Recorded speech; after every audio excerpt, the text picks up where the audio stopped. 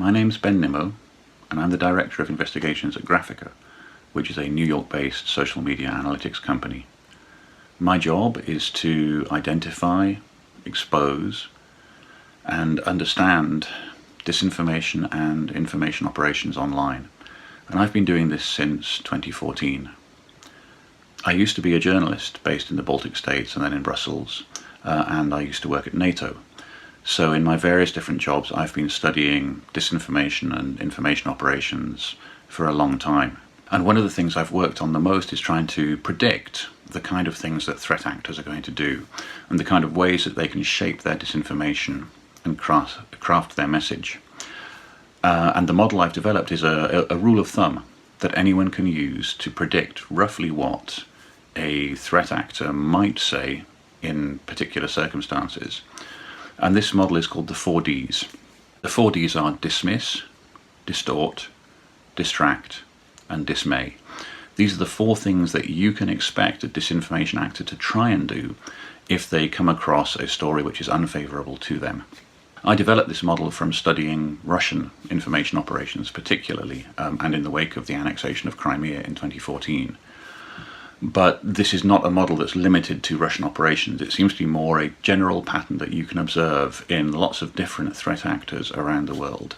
The way it works, dismiss is the simplest one. If somebody comes out with news or comment that is unfavorable to the threat actor will find a way to say, don't listen to them because, and then they'll throw in some kind of insult. It can be many kinds of different insult. In the Russian context, for example, don't listen to them because they're a Russophobe. Don't listen to them because they're working for the CIA. Don't listen to them because they're crazy. In the case of China, we've seen Chinese messaging recently saying, don't listen to President Trump when he criticizes China because he's only doing it to try to get re-elected. The most important thing in the dismiss construct is the don't listen to them. It's trying to silence the witness or to make the witness go away without being heard.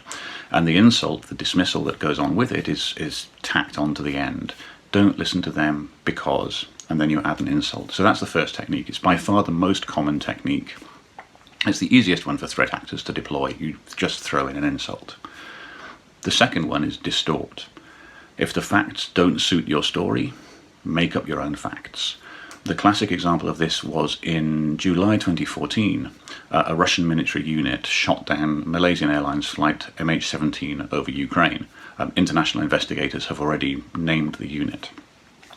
This was bad news for Russia, clearly. And so one of the things that happened in the days after the shooting down of MH17 was the Russian Defense Ministry published satellite images which it said showed that Ukraine had anti-aircraft units on the spot at the time, and therefore it must be Ukraine's fault. However, forensic analysts went over these satellite images and discovered that they'd been edited. And the areas of the photo which had been most edited were the areas which allegedly showed the Ukrainian weapons in the place at the time.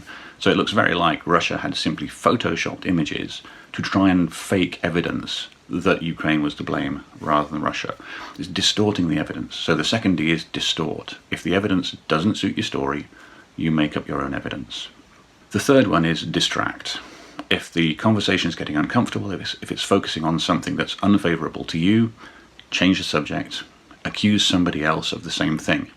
There's a couple of ways to do that. One is simply starting to talk about something else. The more targeted one is to accuse your accuser of the same thing.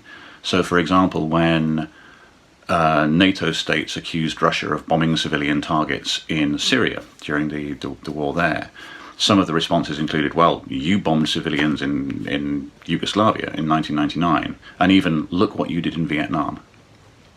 It's not timely, it's not relevant, it isn't meant to be. It's meant to draw a false comparison between the critic and the one they're criticizing. And it's also meant to change the subject. As soon as you start arguing about what NATO did in 1999, you're not talking about what Russia was doing in Syria in 2016.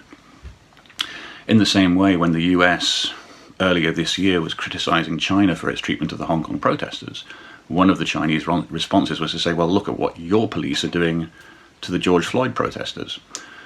It's about changing the subject. It's about distracting from the thing that is being criticized to something else. So dismiss, distort, and distract. And the final D is dismay. Try and scare people off. This is something that happens particularly when there's a policy debate going on. For example, when Denmark was discussing contributing a radar ship to NATO's missile defense system back in 2015, the Russian ambassador to Denmark did an interview where he said, well, of course, if you do this, we'll have to put you on the nuclear strike list. In the same way, after Syrian government forces used chemical weapons against civilians, and the US was talking about launching punitive strikes, one of the lines coming out of the Kremlin was, if you do this, you'll risk triggering World War III. The world will come to an end. It's dismaying rhetoric. In a rhetorical sense, it's literally going nuclear.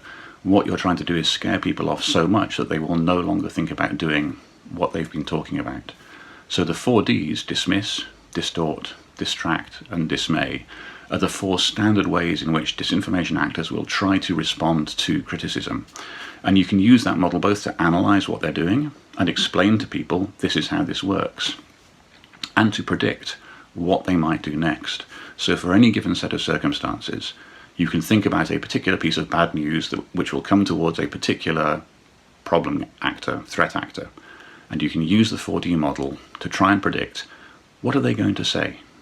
And once you've predicted them, then you can start thinking about how do you make sure that that disinformation isn't going to work.